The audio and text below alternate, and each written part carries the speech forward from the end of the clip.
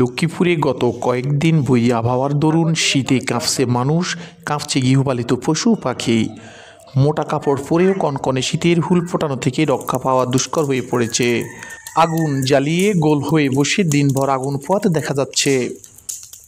3 দিন ধরে লক্ষ্মীপুরে কোথাও সূর্যের দেখা না পেয়ে তীব্র শীতে জবুথবু হয়ে পড়ছে মানুষেরা। কাজকর্মে যেতে পারছে না মানুষজন। ঘন কুয়াশার চাদরে ঢেকে যাচ্ছে সারা লক্ষ্মীপুর জেলা।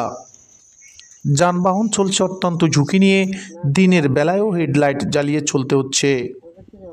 আবহাওয়া অফিস বলছে এভাবে আরও 2-1 দিন থাকতে পারে। শিশু ও বৃদ্ধরা ভুগছে নানা সর্দি জ্বর কাশিতে। তারা চরম ঝুঁকিতে দিন অতিবাহিত করছে। গৃহপালিত পশুর গায়ে পাটের মোটা সালাদ জড়িয়ে ও গরু ঘরের পাশে আগুনে জ্বালিয়ে শরীর গরম রাখার চেষ্টা করছে কৃষকেরা।